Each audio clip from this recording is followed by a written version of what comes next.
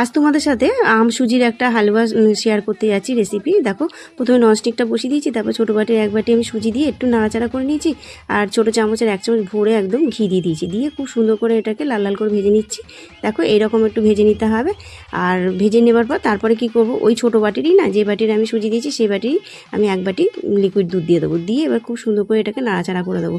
আর এর মধ্যে কোনো না এলাচ গুঁড়ো যাবে না, বা তোমরা কেন কি আমি এই কারণে দিইনি, যেহেতু এটা আম দিয়ে তৈরি করছি, তো আমের একটা নিজস্ব একটা অ্যারোমা থাকে, যার জন্য আমি দিইনি। আচ্ছা, তারপর কি করেছি, চিনি দিয়ে দিয়েছি 3 চামচ মতো, দিয়ে ওটাকে খুব সুন্দর করে নাড়াচাড়া করে নিয়েছি।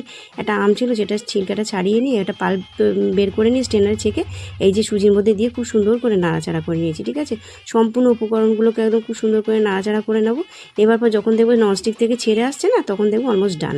এরপরে কী করেছি, একটা সার্ভিং বোলের মধ্যে যে ঢেলে নিচ্ছি, ঢেলে নেবার পর এবার একটু সেট হতে দেবো একটু ঠান্ডা, রুম টেম্পারেচারে একটু ঠান্ডা হতে দেবো। তারপরে ওপর থেকে একটু বাদাম কুচি আর একটু পেস্তা কুচি দিয়ে আর গোলাপ ফুলের পাপড়ি দিয়ে খুব সুন্দর করে সাজিয়ে নেবো। তোমরা বাড়িতে অবশ্যই আবার ট্রাই করে দেখো, নতুনত্ব এটা, খুব সুন্দর লাগে খেতে। Almost done, tata.